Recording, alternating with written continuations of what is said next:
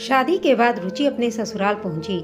सारे कार्यक्रम खत्म होने के बाद 3 से 4 दिनों में ही सभी मेहमान एक एक करके वापस चले गए, लेकिन रुचि की ननद और 2 बच्चे कुछ दिनों के लिए रुक गए। रुचि के सास ससुर ने तो पहले ही इस दुनिया से विदा ले लिया था, इसलिए उसकी ननद ने जितने दिन भी रही रुचि को भरपूर प्यार दिया, ताकि रुचि को अपनी सास की कमी न खले।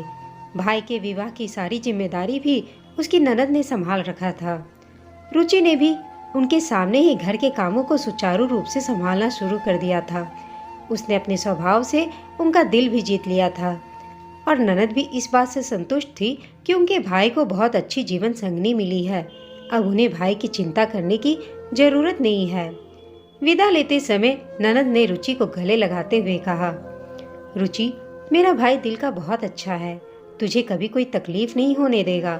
तो उसका ध्यान रखना और कभी भी मुझसे कोई सलाह लेनी हो तो निसंकोच फोन करना। मैं आती रहूंगी। रायपुर से बिलासपुर दूर ही कितना है। रुचि बोली, दीदी आप परेशान मत होइए, मैं इनका ध्यान रखूंगी। रुचि ने झुककर अपनी ननद के पैर छुए। उसकी ननद तो ऑटो में बैठ गई, लेकिन बच्चे वहीं खड़े रहे। रुचि ने उनसे कहा, जाओ मम्मी के साथ ऑटो में जाकर बैठो। नहीं, अब तो तुम आ गई हो, इसलिए ये कहीं नहीं जाएंगे, यहीं रहेंगे। ननद आगे कुछ और बोली थी, इससे पहले ही वह रुक सी गई। रुचि यह सुनकर अवाक रह गई। अभी विवाह को दिन ही कितने हुए हैं, इसलिए कोई भी सवाल करना उसे ठीक नहीं लगा। अपनी ननद के जाने के बाद उसके दिमाग में सवालों ने उमड़ना शुरू कर दिया था। कहीं दीदी इसलिए तो मुझे इतना स्नेह नहीं उड़ेल रही थी कि अपने बच्चों की जिम्मेदारी मुझ पर डालकर आज़ाद होना चाह रही थी। उनके छोटे से शहर में अच्छी पढ़ाई होती नहीं होगी, लेकिन एक बार मुझसे अपनी योजना के बारे में बताकर मेरी भी तो मर्जी जाननी चाहिए थी उन्हें। जल्दी से जल्दी अपने शक को दूर करने के लिए वह अपने पति के ऑफिस से लौटकर आने का इंतजार करने लगी। जैसे ही उसका पति सुंदर ऑफिस से आया तो रुचि ने उसके लिए चाय बनाई और उन्हें चाय दिया। उसके थोड़े रिलैक्स होते ही यह सोचकर कि उसे यह न लगे कि उसकी बहन के बच्चे रखने में रुचि को कोई आपत्ति है, रुचि ने धीरे से पूछा, सुंदर, दीदी के बच्चे क्या हमारे साथ रहेंगे? सुंदर ने कहा, दीदी के बच्चे नहीं, यह मेरी बच्चे हैं। पत्नी की मृत्यु के बाद दोनों बच्चे दीदी ने ही पाला था। रुचि को ने कहा, क्या तुम शादीशुदा हो? तुमने यह मुझे पहले क्यों नहीं बताया? मुझे धोखा दिया? अपने पति की बात पूरी होने से पहले ही रुचि लगभग चीखती हुई बोली। उसे लगा जैसे वह किसी साजिश की शिकार हुई हो। इस स्थिति के लिए वह बिल्कुल भी तैयार नहीं थी। सुंदर भौचक सा थोड़ी देर तक उसकी तरफ देखता रहा, फिर धीरे से बोला, मैंने तो तुम्हारे भाई से सब कुछ बता दिया था, उन्होंने तुम्हें नहीं बताया? मैंने तुम्हें धोखा नहीं दिया रुचि, फिर भी तुम मेरी ओर से आज़ाद हो, कभी भी वापस जा सकती हो तुम अपने घर। अब चौंकने की बारी रुचि की थी। तो क्या मेरे अपने भाई ने मुझे छला है? उसको लगा उसके माथे की नसें फटी जाएंगी। उसने दोनों हाथों से जोर से सिर पकड़ लिया और रोते रोते धम से जमीन पर बैठ गई। कहने सुनने को अब बचा ही क्या था उसके पास। उसके सारे सपने जैसे टूटकर बिखर गए। शरीर से जैसे किसी ने सारी शक्ति निचोड़ ली हो। वह किसी तरह वहां से उठकर सोफे पर निढाल होकर लेट गई। रुचि के दिमाग में विचारों ने तांडव करना शुरू कर दिया था। अतीत की यादों की बदली घुमर घुमर कर बरसने लगी। रुचि के पिता तो बहुत पहले ही चले गए थे। उसकी माँ ने ही उसे और उसके भाई को नौकरी करके पढ़ाया लिखाया। जब वह कॉलेज में पढ़ती थी, उसके भविष्य के सपने बुनने के दिन थे, तभी अचानक हार्ट अटैक से उसकी माँ की मृत्यु हो गई। भाई उससे 5 साल का बड़ा था, इसलिए उसका विवाह माँ के सामने ही हो गया था। माँ के जाने के बाद भाई भाभी का उसके प्रति व्यवहार बिल्कुल ही बदल गया। वे उसे बोझ समझने लगे। ग्रेजुएशन के बाद उसकी पढ़ाई पर भी उन्होंने रोक लगा दी थी। भाभी भी ऑफिस जाती थी। अब रुचि सुबह से शाम तक घर के काम में जुटी रहती थी। उसके विवाह के लिए कई प्रस्ताव आए, लेकिन भाई ने कहा अभी जल्दी ही क्या है, और यह कहकर भाई भाभी उसके विवाह को टाल दिया करते थे। मुफ्त की नौकरानी जो मिली हुई थी उन्हें। इसी बीच उनके 2 बच्चे हो गए। जब पानी सिर से गुजरने लगा और रिश्तेदारों ने उन्हें टोकना शुरू कर दिया तो उन्होंने रुचि की शादी के बारे में सोचना शुरू किया, जिसकी परिणति इस रिश्ते से हुई। जिस उम्र की वह थी उसमें बिना खर्च के इससे अच्छा रिश्ता और क्या हो सकता था। उसका मन भाई भाभी के लिए घृणा से भर उठा। अचानक सुंदर को सामने खड़े देखकर उसके विचारों को झटका लगा।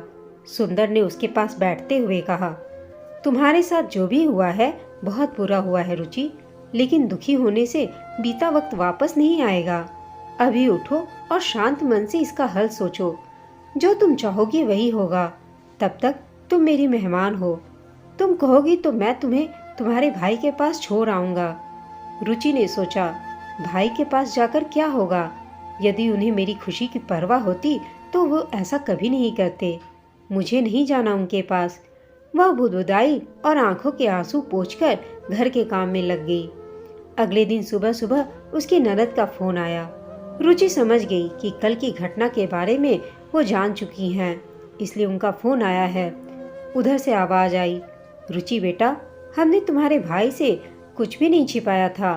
फिर भी यदि तुम्हें बच्चों से समस्या है तो वे पहले की तरह मेरे ही पास रहेंगे, लेकिन मेरे भाई को मत छोड़ना। बहुत सालों बाद उसके जीवन में तुम्हारे जैसा कोई जीवन संगनी मिली है। बड़ी मुश्किल से वह विवाह के लिए राजी हुआ था। वे भरे गले से रुचि से बोली। रुचि बोली, जी, और इसके अलावा वह कुछ बोल ही नहीं पाई। इससे पहले कि रुचि कुछ फैसला लेकर उन्हें बताए, उन्होंने ही उसकी सोच को उसने नए सिरे से सोचना शुरू कर दिया कि भाई के घर वापस जाकर वह फिर से उस नरकीय दलदल में फंसना नहीं चाहती और बिना किसी सहारे के अकेली लड़की की इस दुनिया में क्या दशा होती है यह सब जानते हैं। यदि उसका विवाह किसी कुंवारे लड़के से होता तो क्या गारंटी थी कि वह सुंदर की तरह उसे समझने वाला होता। उसकी कोई गलती नहीं है, फिर भी वह उसे आज़ाद करने के लिए तैयार है। इतना प्यार करने वाली माँ समान ननद कहाँ सबको मिलती है। भाई बहन का प्यार जिसमें दोनों एक दूसरे की खुशी के लिए कुछ भी त्याग करने के लिए तैयार हैं, जो उसे कभी अपने भाई से नहीं मिला। धीरे धीरे समय बीतने पर बच्चे जो शुरू में उसे दूर से सहमे सहमे देखते थे, अब सारा दिन उसके आगे पीछे घूमते रहते हैं।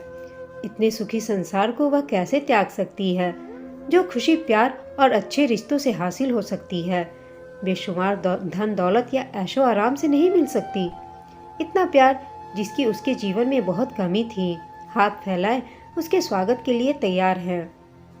समाज में अधिकतर बहुओं को घर में निचला दर्जा दिया जाता है। वहाँ एक लड़की को विवाह के बाद इतना प्यार और मान सम्मान मिल जाए तो उसे और क्या चाहिए। उसे अपने समय से समझौता कर लेने में ही भलाई लगी। शक व चिंता की स्थिति से वह उबरने की कोशिश कर रही थी।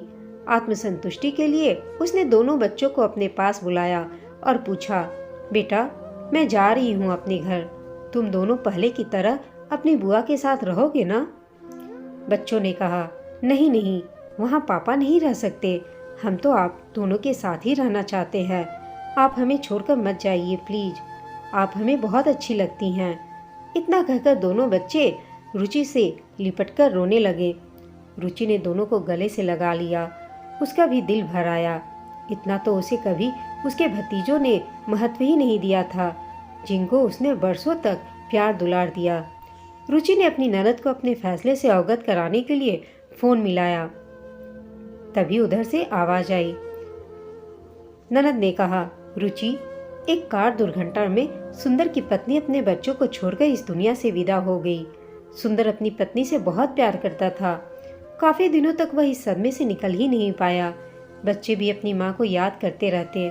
फिर मैंने सुंदर को समझाया और बच्चों को अपने साथ ले गई, लेकिन फिर बच्चे अपने पिता को याद करने लगे। बहुत मुश्किल से परिवार के लोगों ने सुंदर को दूसरी शादी के लिए मनाया। सुंदर ने तो सारी सच्चाई तुम्हारे भाई भाभी को बता दी थी, क्योंकि सुंदर के अंदर यह भी डर था कि पता नहीं तुम बच्चों को माँ का प्यार दे पाओगी या नहीं। हमने तो सोचा भी नहीं था कि तुम्हारे भैया भाभी ने तुम्हें सच्चाई नहीं बताई। इसमें इन सब में कहीं ना कहीं गलती हमारी भी है। हमें भी तुमसे मिलकर तुम्हारी इच्छा जाननी चाहिए थी। रुचि बोली, दीदी, मैं यहीं रहूंगी, कहीं नहीं जाऊंगी। दोनों बच्चे भी मेरे ही साथ रहेंगे। अभी उसकी बात पूरी भी नहीं हुई थी कि उसकी नज़र पीछे खड़े सुंदर पर पड़ी, जो उसकी बात सुनकर मुस्कुरा रहा था। आंखें चार होने के बाद वह नौयौवना जैसी शर्माने लगी, भूल गई कि वह अपनी ननद से फोन पर बात कर रही थी।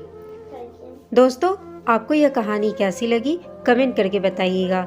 साथ ही कहानी अच्छी लगी हो तो प्लीज़ इसे लाइक, शेयर और चैनल को सब्सक्राइब अवश्य कर दीजिएगा। कहानी सुनने के लिए आप सबका धन्यवाद।